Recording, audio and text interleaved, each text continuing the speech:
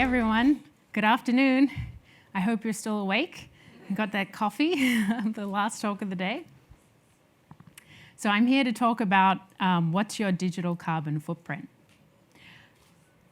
So interesting topic. So as mentioned, I work at ThoughtWorks, and that's a global software tech company.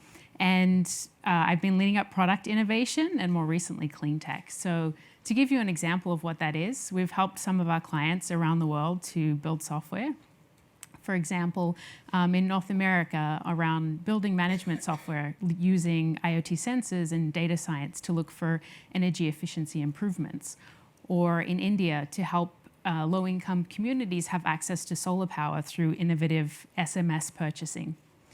Or in Australia, to model out the energy market to help policymakers make better decisions, or to help grid operators in understanding the electricity that's feeding in as more and more renewables come online. So I've been working in the tech industry for around about 10 years, and I've always been very passionate about sustainability and climate change, both in my personal life in terms of sustainable living, as well as throughout my career. And a lot of times when you say to someone clean tech, they tend to think about energy and solar panels and electric vehicles. And so it's only really been in the last year or two that I've started to think about and realize the impact of the IT sector and digital products and services we use, like apps and websites, and the impact that that can have on sustainability as well. So we're all familiar with the idea that when you take the subway, it's more sustainable than driving a car, or you might cringe at all of the packaging that boxes shipped to your house arrive in. But when we post a video on Instagram or send a message to a friend in WhatsApp, the impact of that is not so obvious.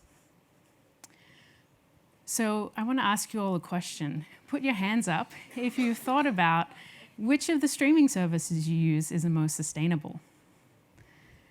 And do you use that service intentionally? Do you use that service, try to use it less in the same way that you switch off light switches or heating in your home? How many people here try to delete unnecessary emails or photos from the cloud in order to minimize your digital carbon footprint?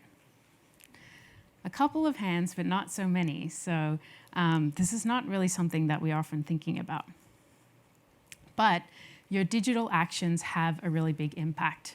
Every time you use an app, every time you visit a website, every time you save a file in the cloud, all of that is transferring data, which is using energy and electricity, which in the vast majority of cases is powered by fossil fuels and is contributing to climate change. One study by Harvard showed that leaving a browser tab open long enough can have the same impact as a physical newspaper. I'm definitely guilty of that. Tweets, for example. One tweet doesn't seem like it would have a big impact, and I'm sure many of us are tweeting here today, also guilty of that. But there's an average of 6,000 tweets per second, 500 million per day, and 200 billion tweets per year. So to quantify that, that's about 10 metric tons of CO2 emissions per day, which would mean an average of 2.1 cars or 1.7 homes, and would require 11.8 acres of forest for a year to offset the amount of tweets that we have in a day. So it's a pretty significant impact, and it's increasing. Everything that we do is becoming digitized. Imagine now that I took your phone or your internet away from you for the rest of the day. What would you be able to do? We're becoming so dependent on technology. If the internet was a country, it would rank 6th in terms of CO2 emissions. And the internet is actually soon responsible for using 10% of global electricity. Netflix alone makes up a staggering 15% of all internet traffic. And this is only going to increase as more of the population comes online, as more and more devices are connected to the internet through IoT, and as emerging technologies like augmented reality, machine learning, blockchains and cryptocurrency all consume a lot more computing power. So what can we do about it? Well, the obvious thing, of course, is to use less. less hours watched, less photos or files stored in the cloud or sent over email. You all saw that stat earlier this morning about 1/3 of American teenagers sending over 100 texts per day. What if we just translated some of that into in-person conversations? And of course, there are mental health and well-being benefits from that as well. But using less isn't always an option. And so in the same way that we choose eco-friendly products, we can also choose more eco-friendly tech services. And I'll show you a scorecard around some of that in a minute. And lastly, smaller. We can opt to use smaller amounts of data. So think about this as decreasing your portion size. If you are using a smaller device like a mobile or a tablet compared to a laptop or a TV, that is transferring less data. So if you're watching a video on your phone versus that high screen definition TV at home. So to come back to that question, as it turns out, watching videos on YouTube or Facebook, or watching movies on Google Play and iTunes on our phones or tablets as little as possible is a better impact that we can have. And that's mainly because companies like Google, Facebook, and Apple are using renewable energy, whereas others are not. Here's messaging if you're interested. And there's a link there to visit their website. And here's music, for example. And I am a big fan of Spotify, so hopefully this changes. Call them. So, okay, consumers can make more sustainable choices, but what about tech companies? They can build more sustainable products and services as well, both in an environmentally sense as well as in a social impact sense. So Tim Frick has a great book called Designing for Sustainability, and he talks about 4 factors for more sustainable web and app design. The first one is findability.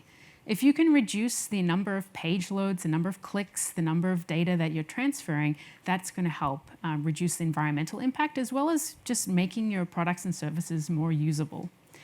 The second area, performance, is thinking about having more simple websites. Do you really need that video to autoplay as soon as someone lands on your website, or have a lot of really flashy animations and graphics? And again, for people and communities that have low amounts of data, this is going to make your products more accessible as well. The third area around design or UX is thinking about supporting mobile-first experiences or making it easy for consumers to make more environmentally friendly choices, like opt for a slower shipping speed if they choose. And the fourth area, green energy, is talking about making sure that we're hosting our websites and apps using renewable energy. There's also a lot of different sustainability frameworks that are appearing in business, such as the B Impact Assessment, GRI, Global Reporting Initiative by the UN, and SASB, Sustainable Accounting Standards Board, to look across all of these different factors of our business and see the impact that we're having. So in today's day and age, though, we're a lot of times encouraged to act as individuals and as consumers, as opposed to citizens in a community, part of a society. And so I want us to also think about the impact that we can have collectively together, because individuals can make these choices, companies can do these things, but a lot of times it's really not that transparent or obvious to consumers. If you think about it, food has nutrition labels. Companies are required to do annual financial reporting. When you go to a website, you see that little thing that tells you it's HTTPS secure. So why can't I see the impact and the sustainability of digital products and services that I'm using? And this is starting to happen through some of the different icons and logos here of, website calculators or GDPR regulation as we think about data privacy and security. But we can do a lot more and a lot faster. And so, I want us all to think about how we can kind of advocate with NGOs and advocate for changes faster. So in conclusion, I'd like to leave you with a quote from one of my professors from NYU. And she said, "You can create change wherever you are." So as an individual, we can be mindful of our consumption and vote with our money as to which tech companies and services that we're using. And as tech industry employees, we can vote with our time on which companies we work at, and we can advocate for change from within to build more sustainable and responsible products. And as citizens in our society, we can vote or donate to NGOs pushing for more accountability and better government policies and regulations, and vote for politicians who are supporting them. Because tech companies and online services can have just as much impact on sustainability as the physical products and services we use. Thank you.